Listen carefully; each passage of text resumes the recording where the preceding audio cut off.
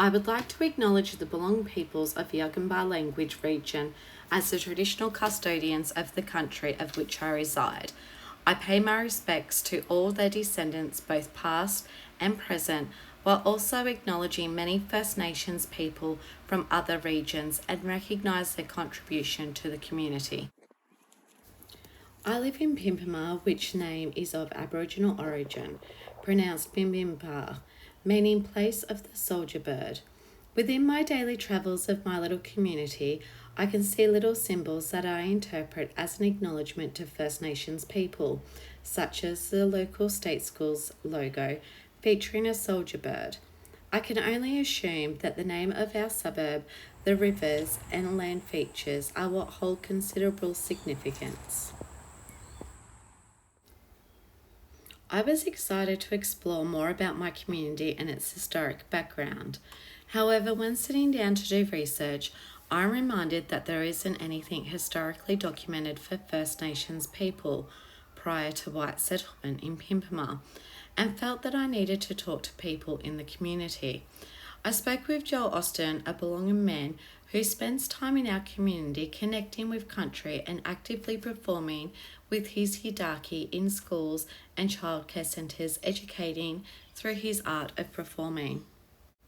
I learned through our conversation that First Nations people have a long and ongoing association with the Pimpama and the Moreton Bay area, and that several sites of Aboriginal culture and spiritual significance exist in the cultural landscapes of Pimpama. After our talk, I sat at our local park, which is named Bimbimpa Park, with my kids reflecting. I was saddened by the fact that this significant park had no acknowledgement to First Nations peoples, but yet it is filled with so many symbols and is named in the dialect of First Nations people. I couldn't help but wonder if this is a missed opportunity to honour the Aboriginal peoples and Torres Strait Islander peoples, the first Australians whose lands, winds and waters we are all now share. A missed opportunity to pay tribute to their unique values and enduring cultures which could extend and enrich the life of our community. Why did I feel like we are tokenising First Nations culture? Is this the type of practices and behaviours that institutions perform to maintain inequality in society?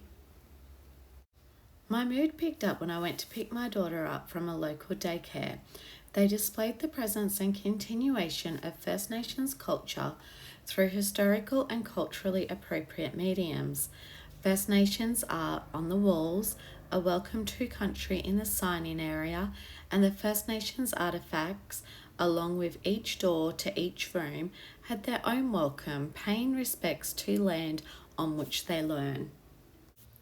This is where visibility starts for First Nations people. By creating representation for their culture, we can change the narrative, promote awareness, help create a united Australia that celebrates and embraces First Australians within their communities.